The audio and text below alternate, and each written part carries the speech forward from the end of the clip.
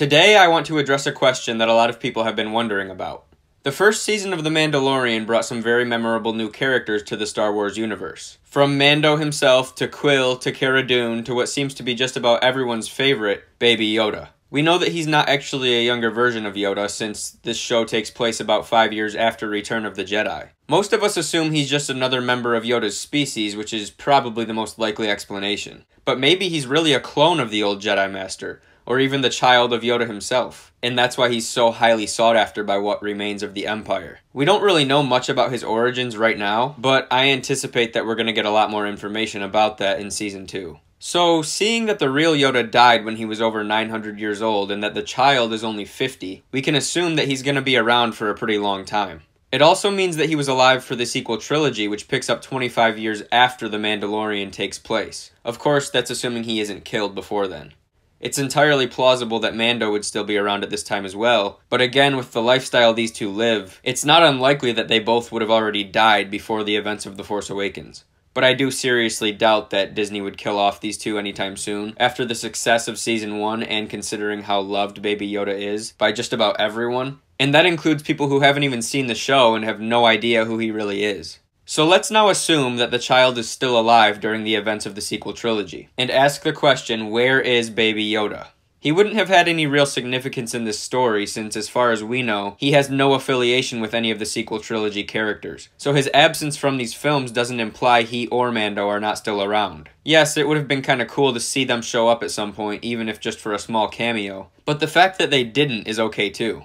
Things in the galaxy have changed quite a bit from what we see in The Mandalorian to the setting of this trilogy. In the show, the Empire is dead and there's no greater power ruling over the galaxy. It's this time of relative peace, but also sort of chaotic as well. Nobody's really in charge of what's going on. The Republic is still sort of in shambles from what we can tell, and some remnants of the Empire still exist, but they're certainly not out setting new laws and reigning with terror over the galaxy as they once did. Mando and the child are essentially outcasts with no affiliations to either side. But that's really the norm now. For the most part, nobody is attached to either side because sides don't exist. The Force is balanced for the time being, and so everyone is just sort of out doing their own thing, trying to make their living in the best way they know how. Now fast forward to The Force Awakens, and while there are certainly some differences, it's pretty much like the Empire Part 2. The First Order reigns over the galaxy. They seek to destroy anyone who defies them, while the seemingly insignificant resistance scrambles to fight back however they can.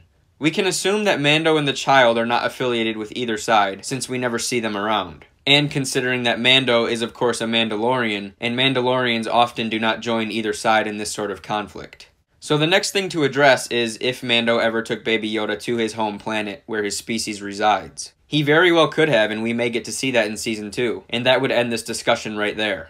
But what if he didn't? What if Mando took the child under his wing permanently, and the two teamed up to make their living together, however they may choose to do so? I think it's possible that during the sequel trilogy, these two are still out and about together, making their living as bounty hunters. I mean, Mando is pretty effective on his own, so just imagine what he would be like with Baby Yoda helping him out. It seems like he was getting stronger with every episode, so we can only imagine what he'd be doing by the time he was 80. After all, Yoda the Jedi became a master at 100 years old. But maybe Mando just decided to finally settle down and lay low. He could have went back to the planet Sorgan and found the woman from the village again, or even just hit it off with the old rebel trooper Cara Dune, and went off with her. Maybe he, Cara, and the child are all together. That'd be pretty cool too. At this point, we don't even know if Mando is still a Mandalorian. For all we know, he could have chosen to remove his helmet and put that life behind him. I think this group's scenes together in Season 1 were great, and you could really feel the chemistry between them growing. So hopefully we get to see more of that in the future. I think it's highly plausible that they would be moving throughout the galaxy and doing what they could to help the Resistance in more of a low-key way, just taking out First Order troops when and where they could, sort of moving as these ghosts that are never really seen, but are highly effective in their assaults on First Order troops.